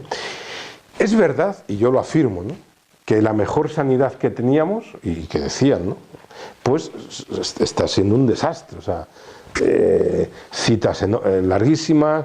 A mi madre el otro día en un ambulatorio de San Blas, para curar una herida, no tenía la enfermera, no la podía curar porque no tenía ni betadine ni apósitos. Eso el viernes pasado, ¿eh? Tuvimos que ir a la farmacia a comprarlo. Digo, bueno, es verdad que todo es un desastre, ¿no? Pero también es verdad que junto al sistema desastroso en el que yo creo que muchas veces vivimos, yo a veces me quiero cuestionar. El sistema es un desastre, de acuerdo, pero yo no sé si muchas veces las responsabilidades individuales también como que se aguan un poco en ese desastre colectivo, ¿no? A mí me parece, o creo, ¿no?, que muchas veces somos unos, y no os lo digo a nadie de vosotras, unos irresponsables, ¿no? Es verdad que el sistema puede ser un desastre, pero me parece que no podemos confrontar o afrontar la realidad que tenemos delante, cada una la que tengamos, como decía Baumgartner, ¿no? Como un cuadro. No, no. Las víctimas tiene que ser una ventana para, desde las víctimas, hacer lo posible o lo imposible para que dejen de ser víctimas, ¿no? Eso es lo que la teología de la liberación, en esa nueva lectura que a mí me parece muy interesante que hizo del crucificado, ¿no? El crucificado no es una metáfora, en el mejor de los casos, para adorar. El crucificado tiene que ser la ventana para que hagamos lo imposible para que haya más crucificados, ¿no? Quiero decir, no se trata de adorar al crucificado, se trata de bajar a tantos crucificados hoy, de tantas cruces que tenemos. Ya voy acabando, ¿no? La cultura del descarte es una cultura en expresión de esa buena persona, sencilla y además muy lista, que a veces no siempre coincide, que es Adela Cortina, en esa palabra que ella ha, no sé si ha inventado, ¿no? Pero que, ¿no? La cultura del descarte es una cultura aporofóbica, ¿no? Es una cultura que le molestan los pobres, ¿no? Y eso lo vemos muchas veces. Uno, y perdonad que vuelva al símil del fútbol, pero me parece que es fácil y escandaloso también, ¿no? O sea, tú oyes a mucha gente de estos contra los migrantes, pero luego van ahí y aplauden, digo, del fútbol o del baloncesto o de, a mí, y con todos mis respetos, y me parece fenomenal, no lo digo como crítica, pero muchos de estos posicionamientos antimigrantes, ¿no? Y luego, cuando llegan ocurrió, ¿no? Cuando llegaron las últimas Olimpiadas, pues aquella que saltaba al salto de longitud, me parece fenomenal, Era una cubana que se había nacionalizado, que me parece muy bien, pero dice, es un poco esquizofrénico, ¿no? Porque, por un lado, se dice que nos molesta, pero al final no nos molesta la realidad, ¿no? Sino lo que nos molesta es si son pobres o no son pobres, ¿no? Por eso yo creo que es necesario también, frente a esa cultura del descarte, el reivindicar la realidad. Aquello que Ignacio Ellacuría decía de una manera, me parece muy bonita, ¿no? Ser honestos con la realidad, ¿no? No edulcorarla, porque si no acabamos como el lobo en el cuento de Caperucita, ¿no? Poniéndonos el camisón de la abuela para parecer que somos otros, ¿no? Por eso yo creo que la cultura del descarte nos llama a ser de esta cultura, a estar en esta cultura. No podemos, como muchas veces se nos ha criticado, yo creo con razón, no podemos andar en paradigmas culturales que no son los de hoy, ¿no? Tenemos que estar en esta cultura, pero creo que la cultura del descarte nos llama y nos exige, de una manera además muy urgente y viva, a ser anticulturales de esa cultura, ¿no?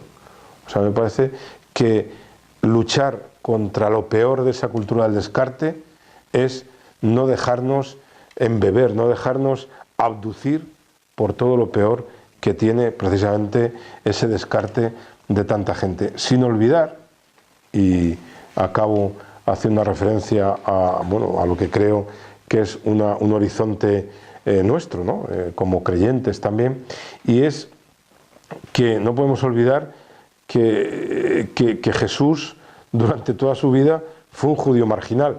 Esto no lo digo para contentarnos, mal de mucho consuelo de tontos, ¿no? Sino lo digo porque me parece que eso nos da una clave fundamental también a los creyentes, ¿no? Pedro Casaldáliga, no recuerdo si en un poema o en alguna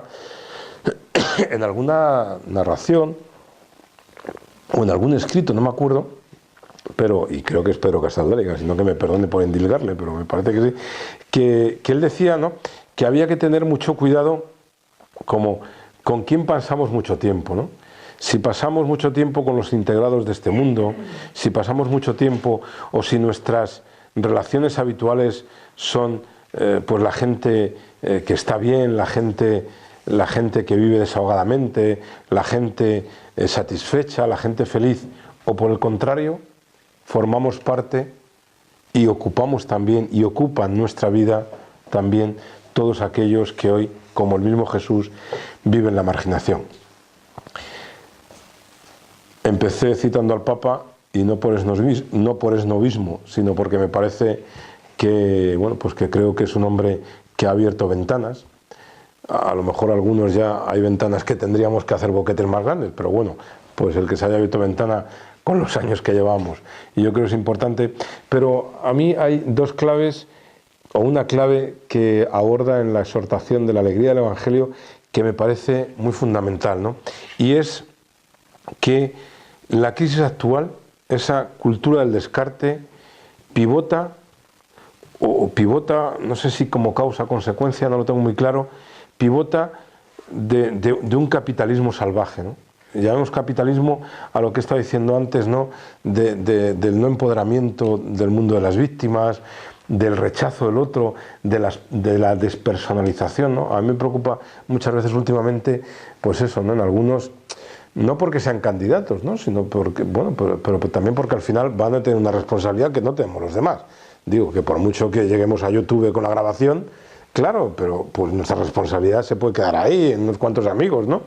Pero esta gente que al final tiene muchos micrófonos, ¿no? Y parece que cuantas más barbaridades dice, más alcachofa les ponemos.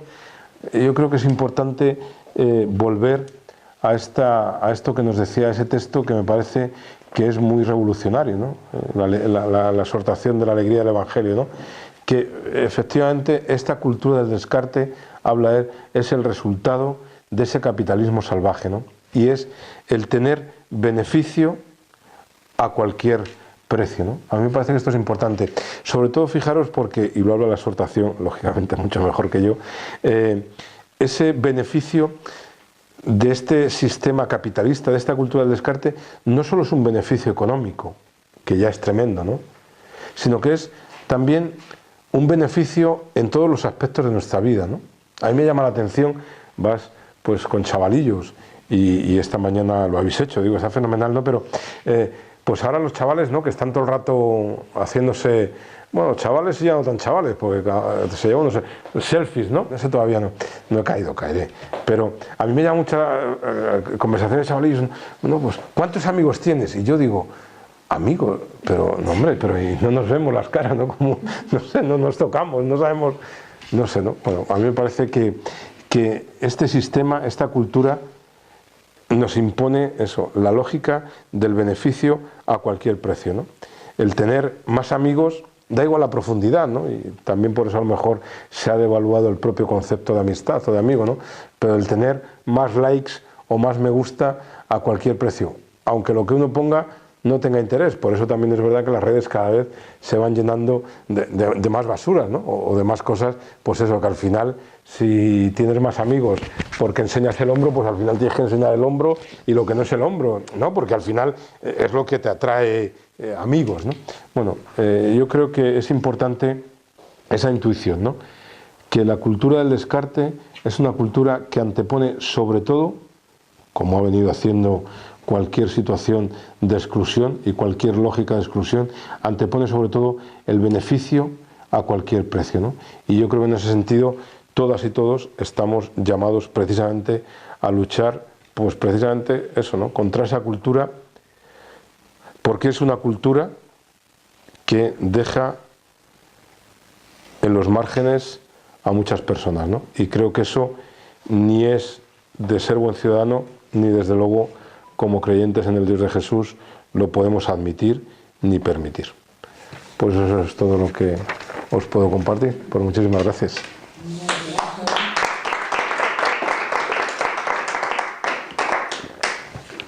Vamos a charlar, ¿no? Digo, que se trataba de eso.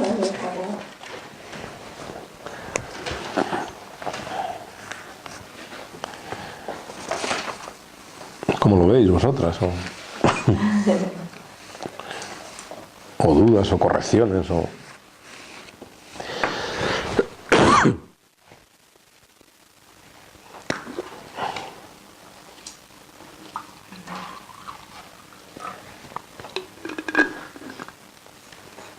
Yo no sé la etimología de la palabra cultura, pero a mí me molesta mucho, o sea, juntar la cultura del descarte. No sé, algo como que me choca, ¿no? Me parece tan incultura, tan inhumano, tan fatal que no, es que no solamente no construye, sino que destruye. ¿no? Y entonces, no sé, y junto con eso, pues, a mí misma, yo como que me rebelo ante el permanecer tan inactiva ante bueno, pues todo eso. Claro, yo creo que precisamente quien la haya acuñado, como yo la entiendo, precisamente es porque me parece que hay una intencionalidad, quizás siempre la ha habido, pero quizás ha sido una intencionalidad más diluida o no tan burda como hoy, ¿no? Y yo creo que en el momento social que estamos viviendo hay una intencionalidad y una necesidad de descartar a mucha gente, ¿no? De ahí la cultura, ¿no? O sea, cuando, por ejemplo, ¿no? Pues que se acuerdan ahora, ¿no? Pues todas las mujeres en esa lucha que tienen la comunidad interreligiosa femenina, ¿no? De Pepa Torres, Maite Zabalza y en Lavapiés, ¿no? Toda la lucha que ellas han acompañado de las mujeres, las famosas Kellys, ¿no? Que se han hecho luego famosas, ¿no? Del servicio doméstico. Claro, dices, ¿por qué hay interés, por ejemplo, en no regular el servicio doméstico? Pues han regulado, yo qué sé, coño, a mí me llama la atención, ¿no? Hay por ahí una gente que quiere regular y tiene su lectura el ejercicio de la prostitución.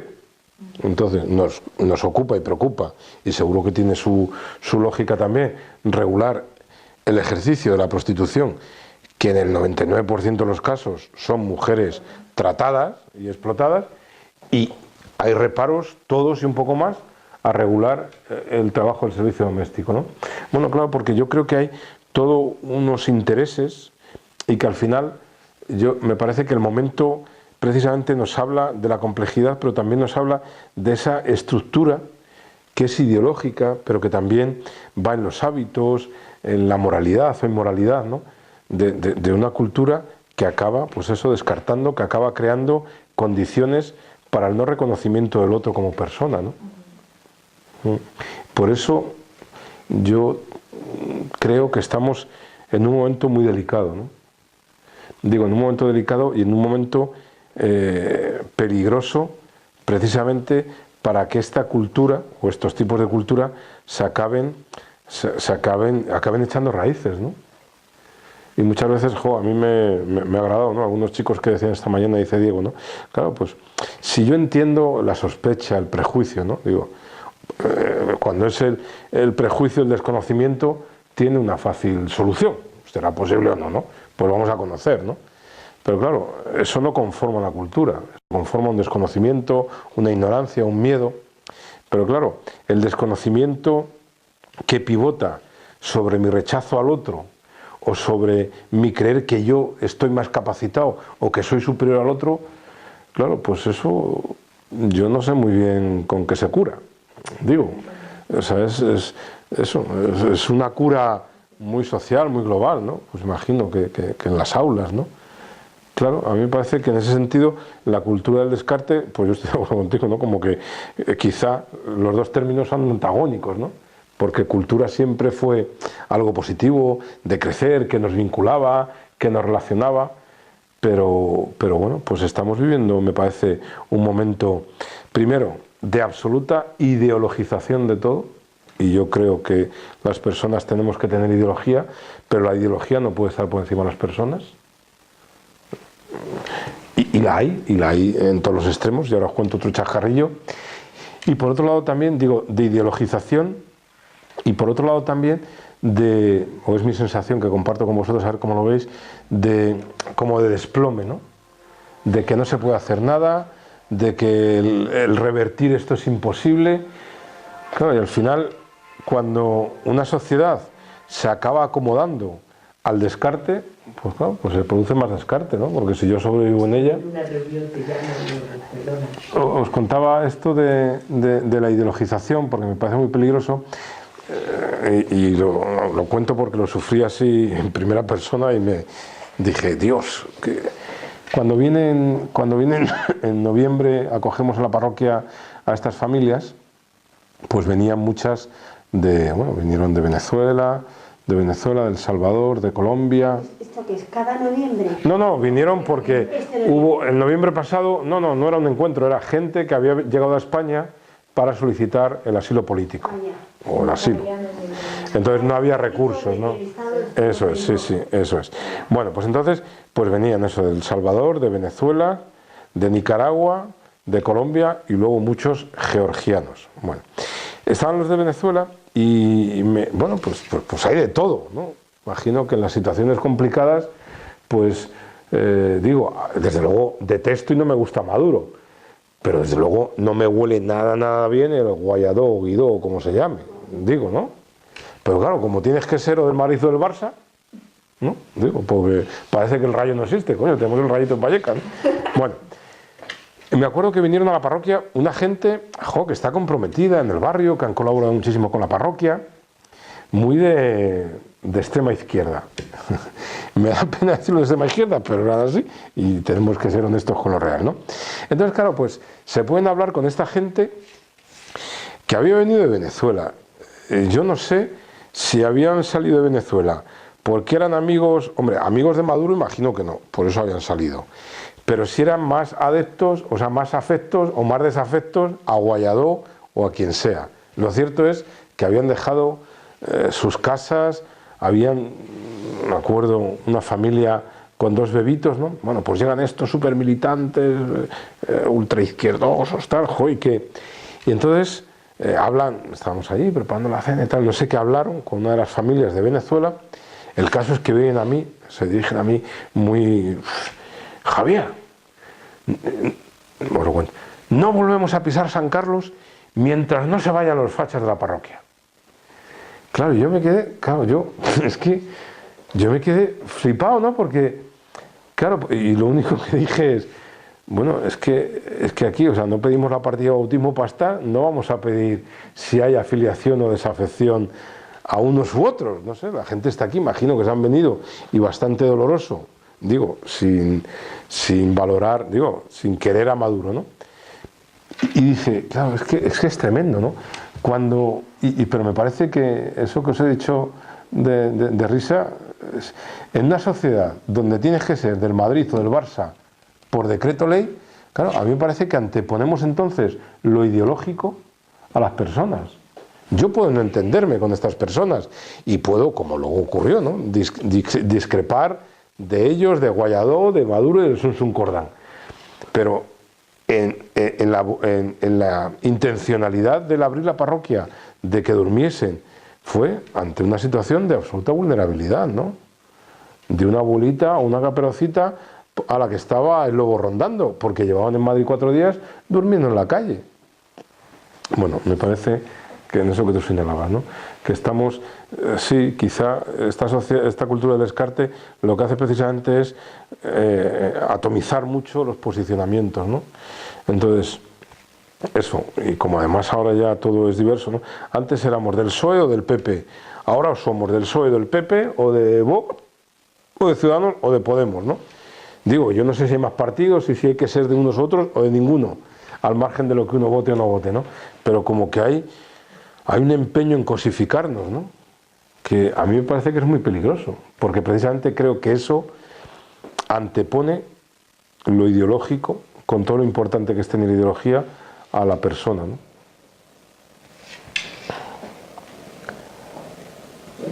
Por esto que comentabas,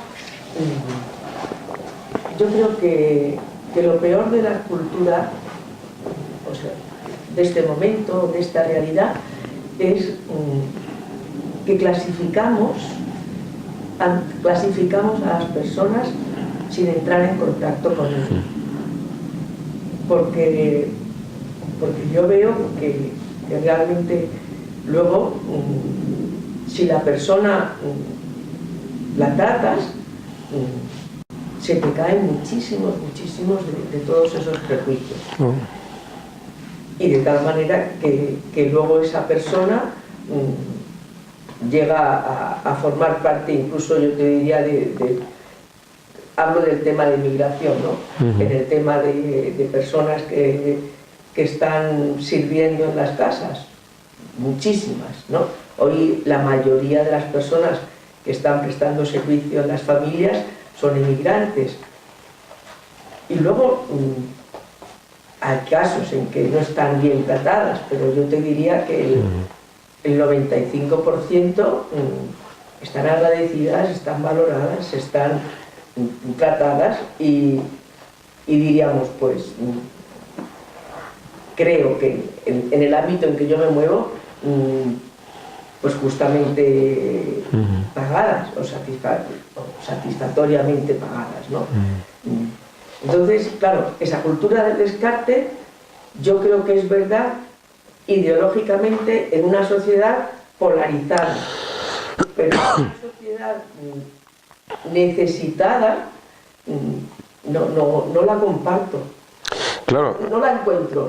Claro. O sea, no la encuentro, porque creo que pasa exactamente igual. Claro, pero yo sí estoy de acuerdo contigo, ¿no? O sea, porque precisamente quizá a lo que nos invita esa cultura del descarte es precisamente a prejuiciarnos más, ¿no?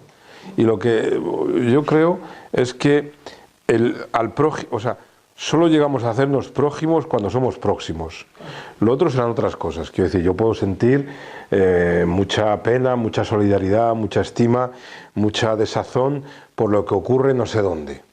Pero al final el prójimo es el próximo. Y eso para mí es una ecuación indiscutible, ¿no? Y cuando tú llegas a ser prójimo es porque te has acercado, porque has conocido, porque has hablado, porque has compartido, porque también lo que os decía al principio, ¿no? Porque muchas veces nos pasa a nosotros, ¿no? ¿No? Que las personas no reaccionan, no se levanta uno un día y se encuentra depre, o se encuentra desbordado, o se encuentra lloroso, ¿no? Pues imagino que como los niños, ¿no? Pues sabéis detectar no el qué le pasa, o sea, no sabes diagnosticar qué le ocurre, pero cuando un niño llega dando por saco 3 días seguidos, pues de repente el niño no se ha convertido en el lobo, algo tendrá, con razón nos enseña, ¿no? Y yo creo que eso también nos ocurre muchas veces en el acercamiento o en el acompañamiento a las personas empobrecidas, ¿no? Todo ese, lo que decía antes, ¿no? La ternura, a mí también me habla de todo ese, y que creo que es la intuición del Papa Francisco cuando nos dice hay que preocuparse de la fragilidad. Digo, y fijaros que lo dice en el Parlamento Europeo, ¿no? Quizá hoy, como a mi parecer, uno de los lugares donde menos se preocupan en sus políticas de los frágiles, ¿no? Yo me acuerdo, todo ese mundo de la ternura que es el submundo de los afectos, ¿no? Yo me acuerdo una vez un muchacho en casa, este era de Mali, así grandote que yo, pero no gordo, grandote, unas manos el tío blancas, ¿no? Porque los negros tienen las manos de esos que te saludaba y decía casi que no me salude, ¿no? Bueno, pues una mañana llegó a casa y así más largo, ¿no? Más alto que yo, tumbó en el sillón llorando y todo. Bueno, cuando me vio entrar yo no le vi llorar, yo le vi como sollozar, ¿no? De esto que rápidamente te recoges los lagrimones. Bueno, pues yo pensé, yo qué sé, que habrá discutido con alguien o de aquí de casa o en el curso de formación que hacía y tal. Y bueno, pues luego ya yo me siento allí, bueno, ¿qué te pasa? No, nada, bueno, pues ya al rato, claro, pues me empieza a contar pues como Ibrahim, ¿no? Pues lo que ha sido su proceso migratorio. Y me empieza a contar, fijaros, ¿no? Me acuerdo que era un lunes, ese fin de semana había sido o mi cumpleaños o el cumpleaños de una hermana y habíamos ido a casa de mis padres y bueno, pues yo tengo 4 hermanas, habían visto un poco pues mi familia, mi madre, mi padre y tal. Entonces estaba llorando porque hacía 7 años que no veía a su madre, ¿no? Claro, y dices, claro, es que todo ese submundo, ¿no? Que nos corre por dentro y que nos sale. Claro, muchas veces a los que descartamos o a quienes no llegamos a descartar, pero nos acercamos a ellos, y yo creo que nos falta el acercarnos a las personas descartadas o a las personas empobrecidas también desde estas claves, ¿no? También desde este mundo de los afectos, ¿no? Y últimamente, no que me preocupe, que le dé mucha importancia, porque me parece que es fundamental en el acercamiento, ¿no? Porque si no, al final, lo que os decía, ¿no? Anteponemos la ideología a la persona, y a veces también en las personas empobrecidas podemos acabar anteponiendo los problemas a la persona, ¿no? Y las personas son mucho más que sus problemas, que sus deficiencias, que sus carencias, somos, ¿no? O que sus ausencias, ¿no? A mí me parece que esto es importante en esa línea de lo que tú decías, ¿no? No, el tema de la ternura, y luego el tema de que son otro yo, o sea, que es que no...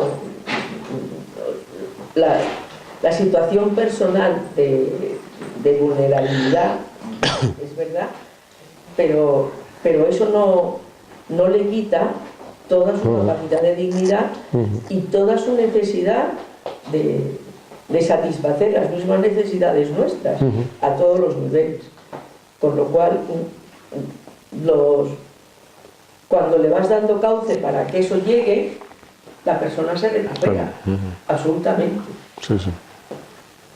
Y claro, cuando nos hacías esa lectura de la sociedad, yo decía, no la podemos generalizar. No, claro. No la podemos generalizar. Hombre, eso existe. Claro, claro. Si fuese lo general o mayoritario, nos tendríamos que hacer el harakiri o no estaríamos aquí. Claro. Es evidente, sí, sí. Claro. Eso existe. Sí, sí. Lo que has definido y tal cual, ¿no? Pero no lo podemos generalizar. Claro, claro.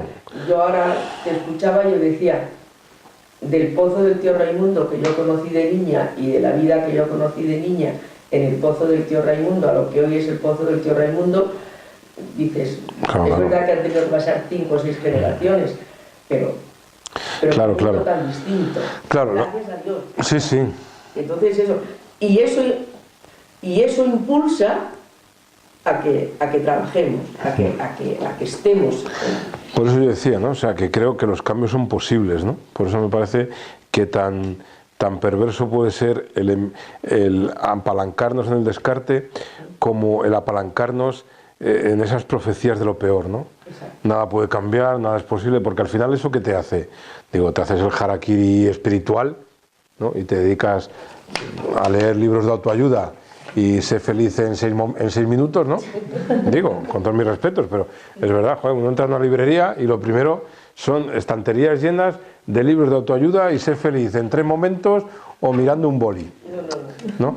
O acabas apalancado en el instinto de supervivencia, ¿no? Y esto se convierte, si tú crees que no se puede hacer nada, en una jungla, ¿no? Y entonces pues acabas de Rambo, pisando a quien sea, porque entiendo que hay un instinto natural ahí también de supervivencia, ¿no?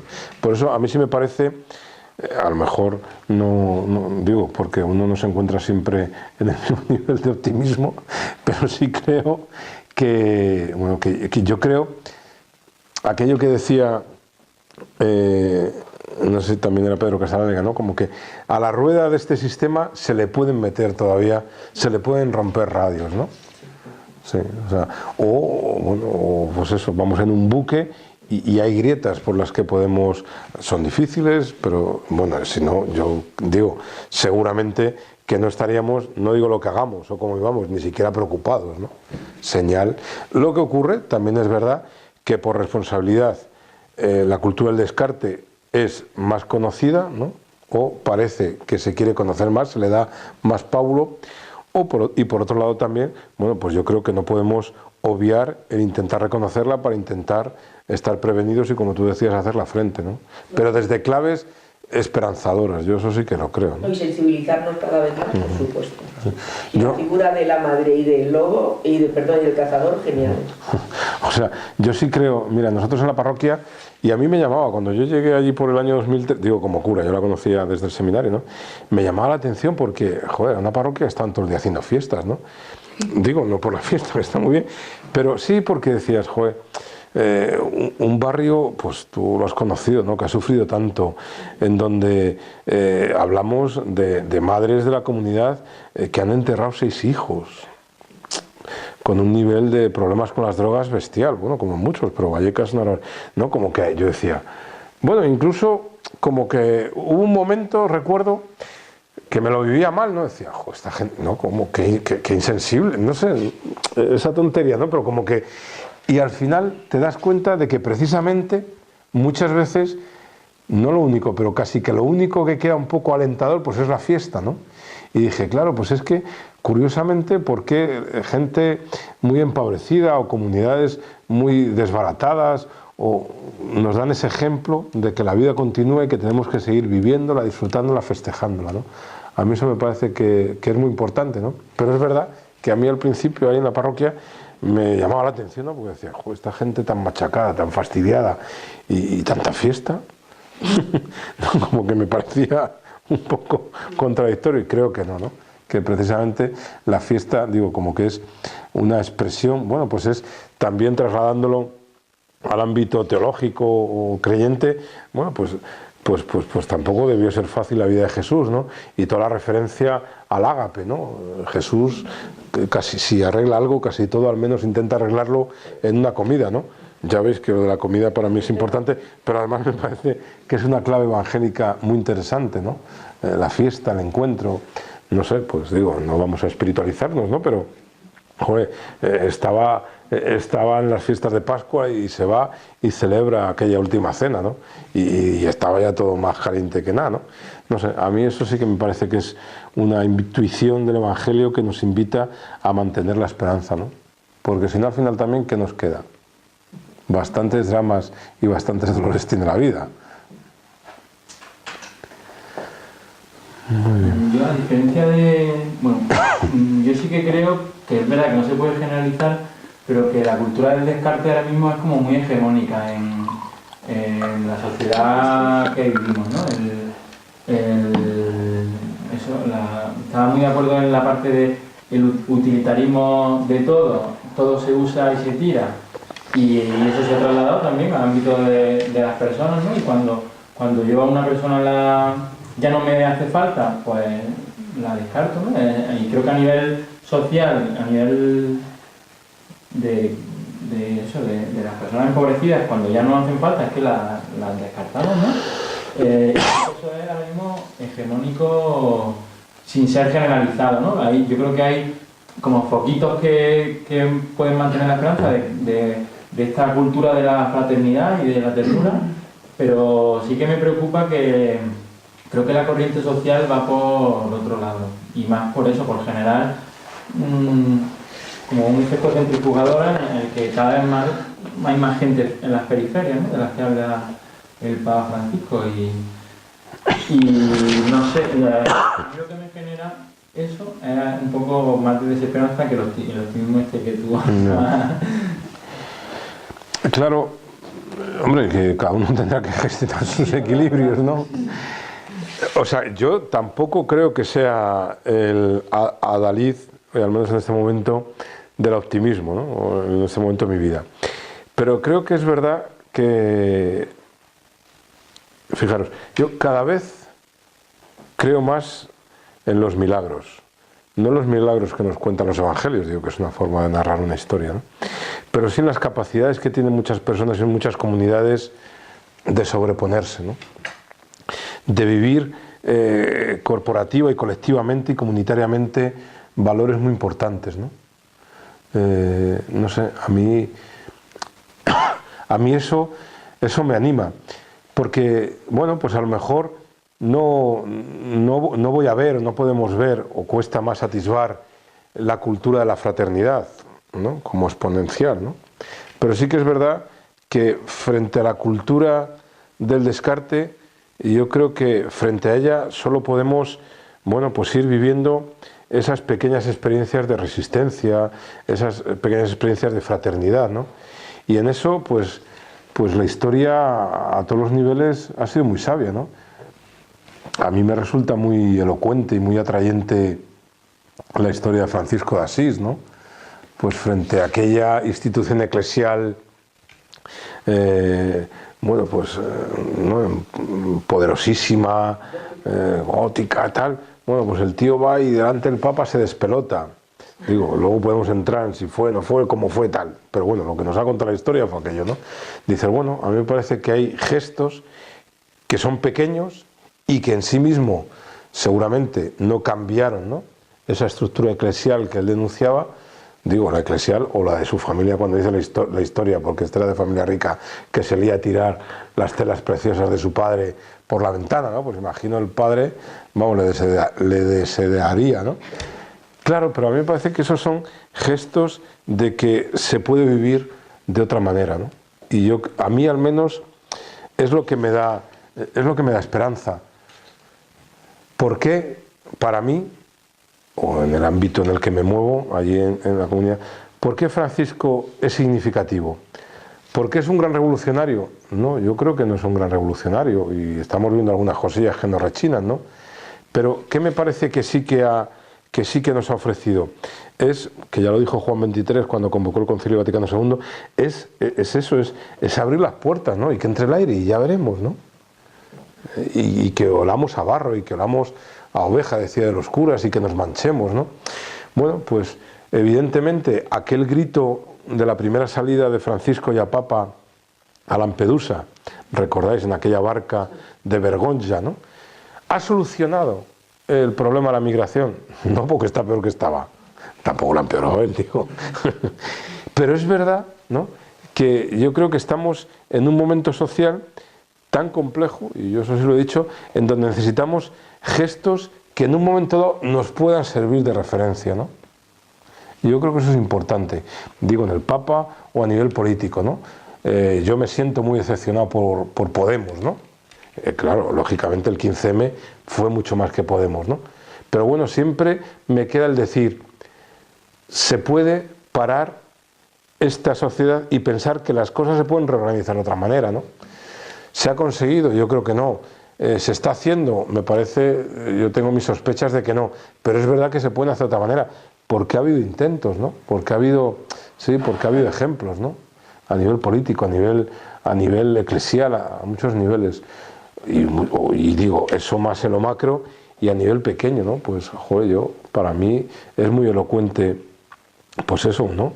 Muchas familias que se organizan no solo para sobrevivir, ¿no?, que a veces es lo que nos cuenta la prensa y lo más llamativo, ¿no?, sino pues para en circunstancias muy tremendas, pues el cariño y el afecto que se tienen, ¿no? A mí, digo, no me sorprende, no estoy diciendo con eso que es que las personas empobrecidas sean desafectas, pero bueno, que uno podría pensar bastantes dificultades en su vida como para preocuparse no del cariño de los suyos solos, sino del cariño de otros, ¿no?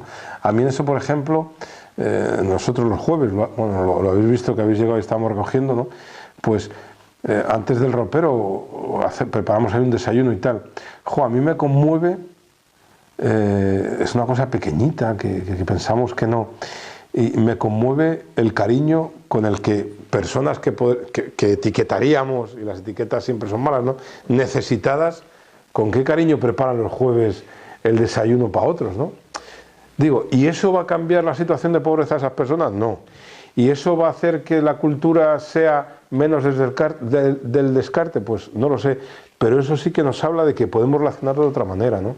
Y que podemos, pues eso, abrir mesas donde las relaciones sean otras, ¿no? Nosotros, lo del desayuno todos los jueves, estoy emocionado, ¿no?, lo que han conseguido estas personas, porque cuando empezamos a hacerlo, ¿no?, pues era una cosa más coyuntural, hacía frío, las personas, sobre todo mujeres, no solo, pero pasaban mucho rato ahí en la puerta de la parroquia.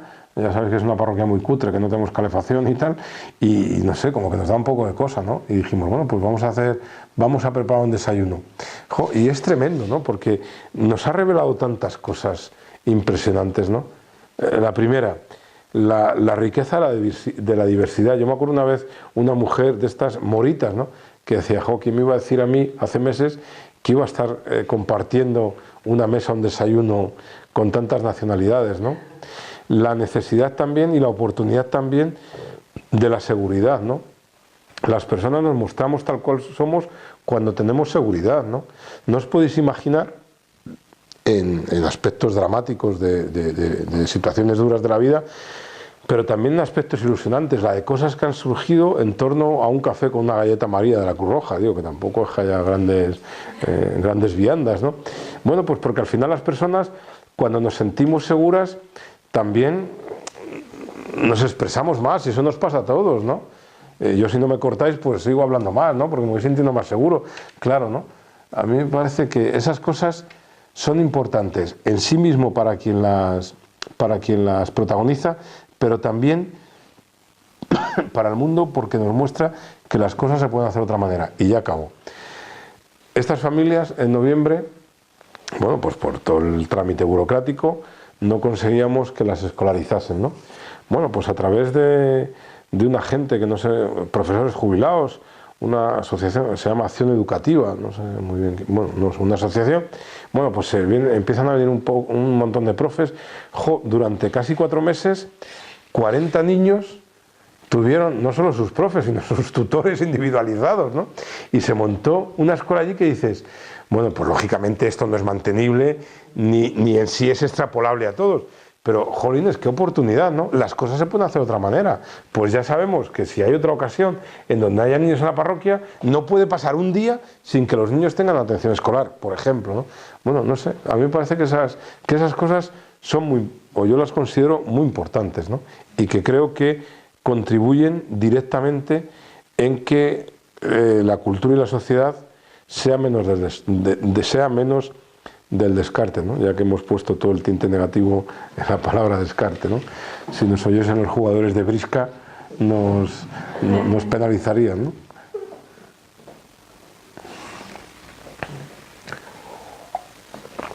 Yo me gustaba mucho, Javier, digamos, las pinceladas, tanto de la cultura del descarte, que sí que quizá he podido leer más de tal, pero me gustaba mucho como las pinceladas para combatir esa cultura del descarte, me gusta muchísimo, pero a mí creo que con lo que me genera ahora mismo como más desesperanza es todo este tema que comentabas de la ideología.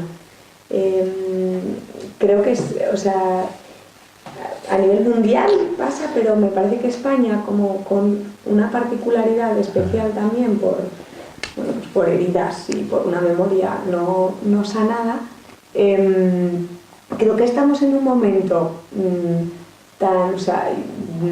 pero a nivel familiar, quiero decir, de hermanos tuyos que te quieren un montón y de poder hacer un comentario y como eso es de tal cuerda política o de tal, de eso de llegar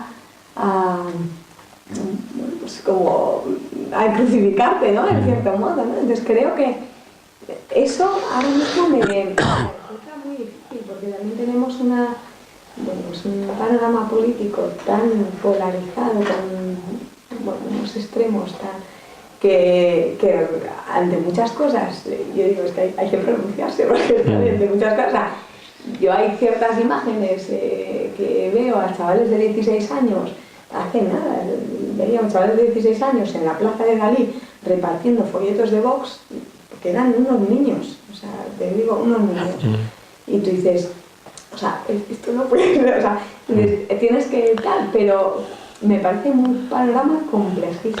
Yo, fíjate, por salvar la ideología, que yo creo que el problema quizás es que se ha ideologizado la vida, ¿no? Y se ha polarizado, Sin embargo, no lo creo por un empeño voluntarista de Teo que cree en ello, ¿no? Sino porque, frente a eso, yo creo que solo cabe lo que señalabais antes, ¿no? Lo del encuentro, el conocimiento, ¿no? Incluso de esos niños repelentes de 16 años dando folletos verdes. Mira, en la parroquia hay una mujer que está y que ella se considera atea, yo la digo por la gracia de Dios, pero ya atea militante, ¿no? Va todos los domingos a misa y también en la parroquia es una celebración muy diversa, ¿eh? A veces el cura no tiene fácil para gestionar aquello. Pues esta mujer que es anarcosindicalista, que yo la primera vez que lo dije, primero me quedé descolocado porque decía, no sé, ¿no? Pues como que a misa vamos los que nos creemos la misa, pero ella decía que no. Y yo como que tenía claro el concepto anarquista y el sindicalista, pero el matrimonio ese no... Bueno, me rechinaba por desconocimiento mío, ¿no? Pero es que también comparte banco con la mujer de Carrero Blanco, con la nuera de Carrero Blanco, con la mujer de Luis, ¿no? Y claro, yo decía, joder, pues aquí tiene que haber algo más que la ideologización de sus vidas. La mujer de Carrero Blanco es una santa mujer, no, pero la otra además es muy militante, anarcosindicalista de pura cepa, vamos. Digo, ¿no? Bueno, pues al final digo, y esta anarcosindicalista nos da una homilía los domingos que ya quisiéramos muchos que a veces entonamos el yo pecador, ¿no? Quiero decir, y al final dices, jo, y que no solo que las hace estar juntas en un espacio peculiar, como es nuestra celebración del domingo, que es peculiar, sino también compartir muchas luchas que han compartido, ¿no? Bueno, pues al final el grupo de madres dice es el salto a ocuparnos, ya que han muerto nuestros hijos, dicen ellas, a ocuparnos por los hijos de otros, ¿no? El salto a ocuparnos por la vida de los otros, ¿no? Y a mí me parece que eso es una intuición muy interesante, ¿no? Porque cuando tú y eso las madres, a ellas las podéis invitar también. Las madres lo explican en su proceso, ¿no? Estamos hablando de eso. Madres que han enterrado a sus hijos, que debe ser, bueno, yo a una le dije que teníamos que hacerla un monolito, ¿no? Algo, porque que se levantase todavía todas las mañanas. O sea, a mí me llamaba la atención, me impresionaba que esta mujer siguiese levantándose después de haber enterrado a 6 hijos con ganas de luchar. Yo decía, aquí lo único que era del Atleti, pero bueno, aquí hay algo, ¿no? Más allá, sobrenatural, por eso os decía lo del milagro, ¿no? Lo de los milagros, ¿no? Bueno, pues cuando ellas explican cómo fue su proceso de ser capaces de transformar su dolor, porque al final el dolor o lo drenas y lo canalizas o al final es hastiante, es paralizante, ¿no? Pues como el miedo, ¿no? Te acaba postrando, ¿no? Cuando fueron capaces de transformar su dolor en lucha, en energía, en fiesta, en preocupación no ya de los suyos que habían enterrado, sino en preocupación por los hijos de otras que todavía siguen viviendo, para que no pasasen lo que ellas habían pasado enterrando a sus hijos. Ellas dicen, ¿no? que se les abrió como un horizonte que tenían, ¿no? Y ella lo explica muy bien, o el abismo de morirnos con nuestra pena, o el horizonte de decir, pues es que la vida continúa y podemos cuidar, mimar y querer a los hijos de otras, bueno, pues como nos han mimado a los que hemos venido después, que no somos sus hijos, ¿no? Pero eso a mí me llamaba, porque claro, pues es que además se sienta siempre enfrente, la anarcosindicalista, y la otra se sienta a mi izquierda, que me imagino que es casualidad espacial, ¿no? Y yo al principio decía, bueno, pero eso ha pasado, ¿no? Y me estoy acordando, y yo no se aburro más, me estoy acordando un chaval que vive en mi casa, ya murió cesario, 17 años preso, yo sabía su historia, y también va a nuestras celebraciones a veces y forma parte de la parroquia un magistrado de la audiencia provincial que yo me acordé cuando le vi que era el que había condenado a Cesario. Y es que estoy viendo la imagen, ¿no? Es así, hay una puerta en nuestro templo y ahí hay otra, y el magistrado entró por allí y Cesario estaba allí. Claro, yo de esto que decía, que no se reconoce, no, porque, claro, porque, no, como que yo me ponía en la piel del otro, sobre todo, del que había estado 17 años preso, ¿no? Y yo decía, es que le va a matar, claro, pero pues ¿qué va a hacer? Pues matarle, ¿no? No, como que... Y yo decía, que no se reconozca, porque me agobiaba lo que pudiera pasar, ¿no? Bueno, pues al final, bueno, estuvieron hablando, entonces yo le reconocí yo. Y bueno, dices, pues en esa situación, que no es fácil, que es conflictiva, ¿no? Pero al final, bueno, pues ves que queda por encima la función del magistrado y los antecedentes penales y carcelarios del otro, y bueno, pues se encontraron. No sé, que me parece que yo sí tengo muchos ejemplos de que las personas tenemos razones para estar por encima, o sea, que sea el centro, ¿no? Yo creo que es un poco lo que a mí me parece que el Evangelio nos trae, ¿no? Que es la centralidad, y Francisco habla mucho de eso, ¿no?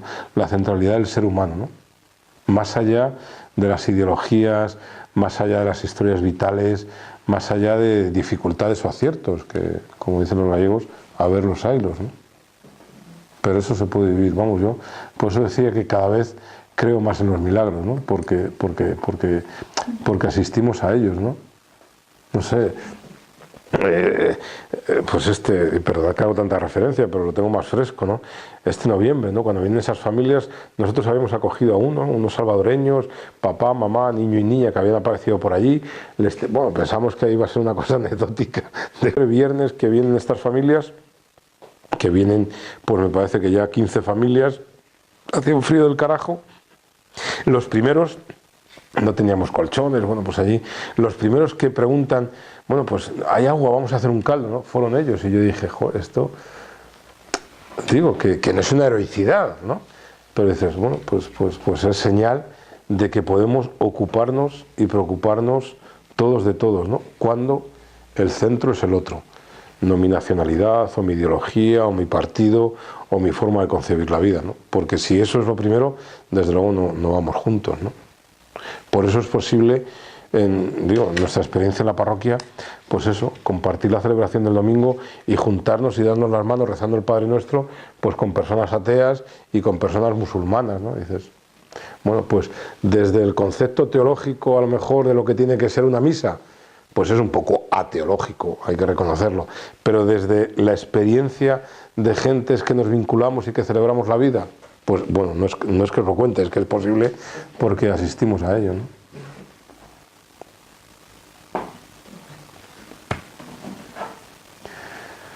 Oye, pues es un placer.